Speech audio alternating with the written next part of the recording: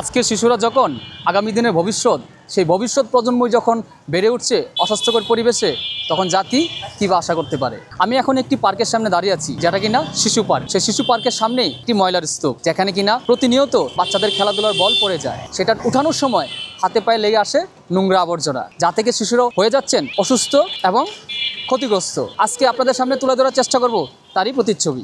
অসুবিধা এই যে সিটি কর্পোরেশনের মাঠের বাইরে ময়লা ফালা, দেখেন কি অবস্থা। এই মাঠের ভিতরে কেউ এসে খেলে না, ভাঙ্গাচুরা কি অবস্থা হয়ে গেছে এই ময়লার কারণে।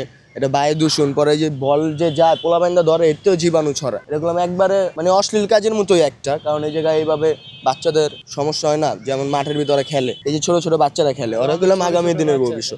আমরা নইলে এখন অল্প খেলি, এই বল যায়, বল খুঁজা পায় না, এই ময়লার ভিতরে হাত দেয়। কালকে হয়তো আমি আয়সা দেখি যে এই যে ক্রিকেট খেলে পোলাপাইন 5-7 জন ময়লা ছাপা বল টল খুঁজতেছে। ময়লাটা না থাকলে সবচেয়ে বেটার হয়। এটা তো এখন কোনো সরকার নাই দেশে, কোনো নাই কা নির্বাচনের পরে একটা ডিসিশন নেবো, কারণ যে না সে এনে ময়লা ফেলায়। সিটি কর্পোরেশন টাকা নেয়, সব নেয়, প্রত্যেক বাড়িতে মাসে সে টাকা নেয়, কিন্তু এই ময়লাটি আর সরে না। ময়লাটির জায়গায় থাকে না। এর আগে কোনো সময় ময়লা এখানে ছিল না। এই ময়লার কারণে আরও এর পাশে এই যে এগুলি ময়লা আরও বেশি মাঠে ময়লা হইতেছে। এই ময়লাটি ফালাই দেখে যে কেউ মাঠে আসে, মাঠটা পুরা নষ্ট হয়ে গেছে, পুরা নষ্ট।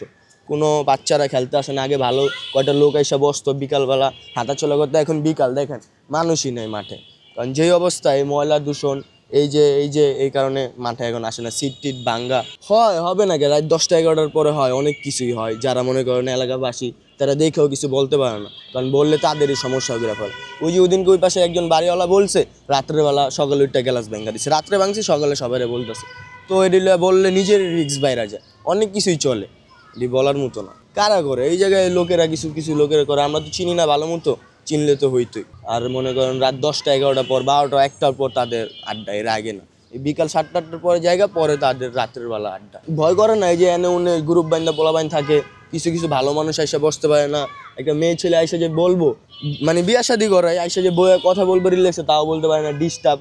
অনেক কিছুই মাঠের ভিতরে অশ্লীলতা চলে, যা বলার মতো না, বললে মনে করেন অনেক সমস্যা। এই ময়লার কারণে ওই দিনকেও দেখছি কতগুলো পোলাপাইন বল খুঁজছে। আবার এইদিকে মাঠের অবস্থা দেখুন, আগে অনেক ভালো মানুষ এসে বসতো, এখন তো বসেও না। আমি এখানে নতুন আসছি, আমি এখানে এই 1-2 মাস হবো খেলাধুলা করছি, কিন্তু ওই যে পুরাতন খেলা পরিবেশটা আপনার মনে করেন যে একটু পরিবেশ রাখতে হইবে। এখানে ময়লা আছে, শিশুরা খেলায়, বাচ্চারা ছোট, পরিবেশ ভালো থাকলে পরে এখানে পরিবেশ অবশ্যই ভালো করতে হবে। এখানে আসলে কি মনে করেন যে এখন তো কেয়ারটেকার গভর্নমেন্ট আছে, এটা নিশ্চয়ই একটা গভর্নমেন্ট আসলে পরে তখন পরিবেশটা হয়তো ভালো হবে। কারণ এখন তো আর কেউ খেয়াল করে না। হ্যাঁ, আশেপাশের লোকজনও একটু কেয়ার করলে পরে পরিবেশটা ভালো থাকে এবং এই মাঠটাও সুন্দর। এটা আসলেই কি আশেপাশের লোকজন সবাই মিলে যদি কাজ করে যে না আমাদের মাঠটা পরিষ্কার রাখতে হবে, তাহলে ওনারা রাখতে পারে, কারণ এই নোংরাভাবেই থেকে যাবে।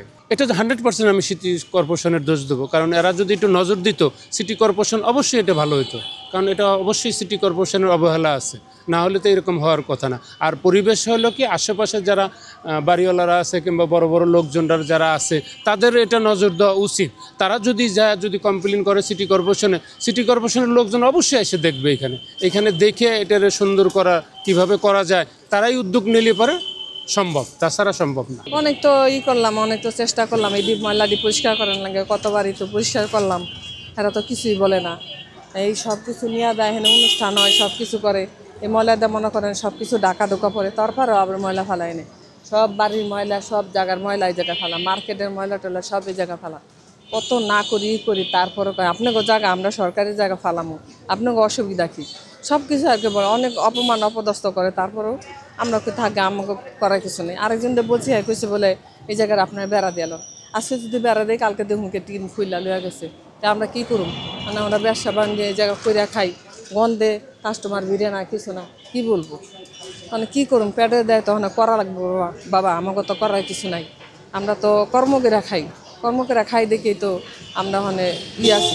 তারপর আমি যারা ব্যবসা বাণিজ্য করে খাই, অসুস্থ হয়ে গেলাম কতবার, তারপরে বললাম যে তুমি আমরা অসুস্থ হয়ে গেছি, এই গন্ধের ঠেলা, কাস্টমার ভিড়ে না, কিছু না, তারপরে হেরা কিছু বলে না। আর কী করুন বাবা, করার কিছু নাই। সিটি কর্পোরেশন তো হেরা তো জানে, হেরাই তো ময়লা গেলি ফালাই থিয়া যায়, হেরাই ময়লা ফালাই থিয়া যায়। মনে করেন এই যে দিয়া ওই যে কি জানি কয় ঠেলা দিয়া ময়লা এগে যা ফালাই থিয়ে, কতবার করছি যে বাবা তোমরা যাবে ময়লাটা ফালাইও না, তারপরে হেরা মানে না যে এই তো গাড়িতে নিয়ে যাবে। এই পর্যন্ত ময়লা আসা পরে দেখেন ময়লা সব এগুলো আবার জারুদা পরিষ্কার করবে। তারপর তো কাস্টমারে গন্ধে মাছের আইসটা উইসটা সব এই জায়গা ফেলা।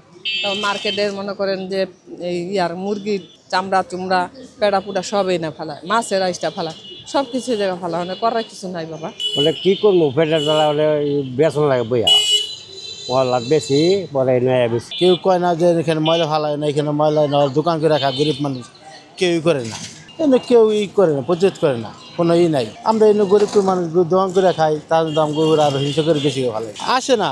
ময়লা না তাহলে হঠাৎ দিয়ে একটা যারা আগে খায় তারা এটা আহে, তাছাড়া আহে না। এটা সর্বত্র দোকান খায়, কেউ ঠেকা খায়, কেউ খাবার চায় না, খায় মনে করো জাগো কষা শোল কষা এই কষা তারা মনে খাইয়া যায়। এনে খেলাধুলা করতে পারে না, এনে করতে পারে না, তা করে বল ঢল না আসলে ময়লা করে আঙ্গুরা গালালি করে, হ্যাঁ কোনো ফালা দরকার ময়লা করে।